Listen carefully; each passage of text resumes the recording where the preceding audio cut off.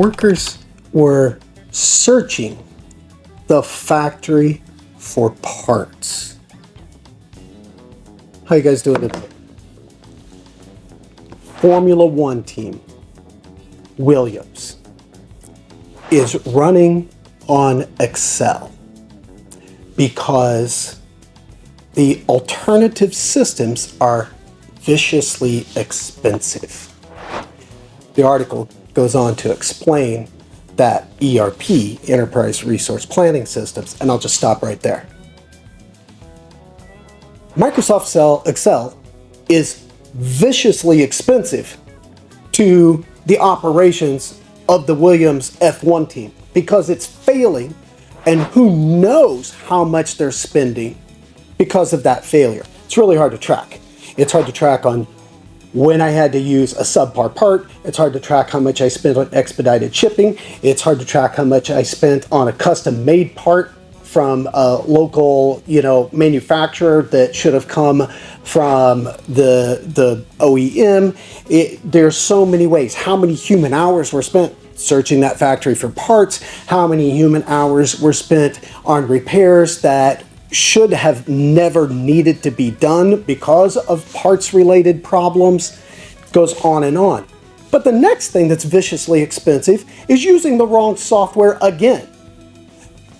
Go ahead, implement an ERP for your asset management, maintenance, and operations, and watch it get even more viciously expensive and still not solve the problem. Better than Excel? I'll say yes. It's not going to solve the problem. There are some behemoths out there in the ERP world, based in Europe, like Williams, that have convinced the world that you need an ERP to solve this problem. The truth is, you need an enterprise asset management platform to solve this problem, because an enterprise asset management platform is about the holistic management of the asset, and that means the complete supply chain, womb to tomb, that it takes for the operations to go from, let's say, raw material in to packaged product out the door. Yes, an ERP does some of those things very well. What it doesn't do very well is that core operation of the asset. It does all the stuff around it, but not that core operation of the asset. There is a reason that IBM Maximo is worldwide the leading software in nuclear power plants. There is a reason that defense militaries use it worldwide to operate their most critical vessels, aircraft. There's a reason that IBM Maximo is in 90% of the pharma companies globally. It is built for this job, and it does it incredibly well. It is fit for purpose. ERPs are not. So, you know what? James was right. Pat was right. They'll spend $100 million implementing an ERP. It will be viciously expensive, and they will still come up short of their goal. But if they spent $10 million on Maximo, they'd be loving it. They'd be sipping cocktails by the pool because shit's working. How do we get there? Business value assessment. Let's understand what we're really trying to do. What are we trying to capture within our business? What are we operating? Let's understand where the holes in the bucket are. Let's understand what's eating our shorts, so to speak. And then let's look at how those things should be solved from a business practice perspective. And then let's look at the software that's a best fit. I would say, even in this case, knowing Maximo for 30 years, having implemented it for aviation use, for defense use in nuclear, oil and gas, all kinds of industries, I'm pretty confident it's what they need. But I would still say, go through the business value assessment exercise, because you're going to learn a lot about your business that you will not otherwise learn. Even if you came in and just implemented Maximo and it worked flawlessly for the problem you're looking at, you would still miss all of these other things that are going to become ankle biters. They're going to become an annoyance, and they're still going to be costing you money.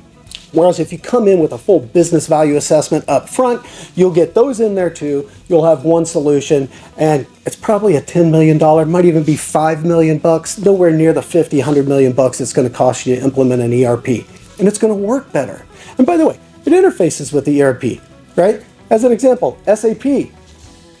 IBM Maximo has an out-of-box adapter, plugs right into SAP. So the software is built for this. It does it really well.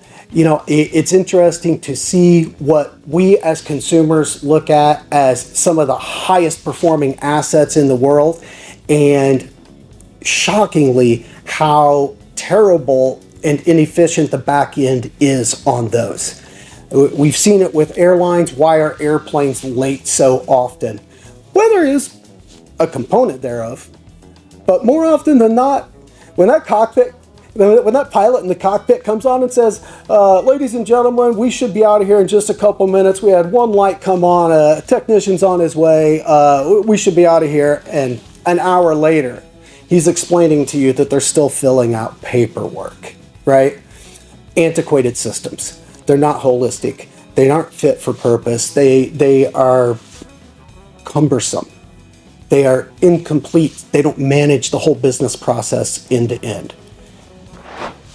It's across all industries.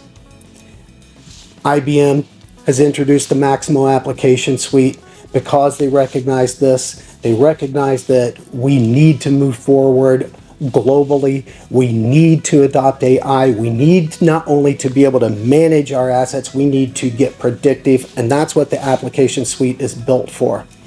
And recognizing all of that, that's why we come in with a business value assessment, so we can set the stage today, that foundational level, so that you can start building. You can build your skyscraper.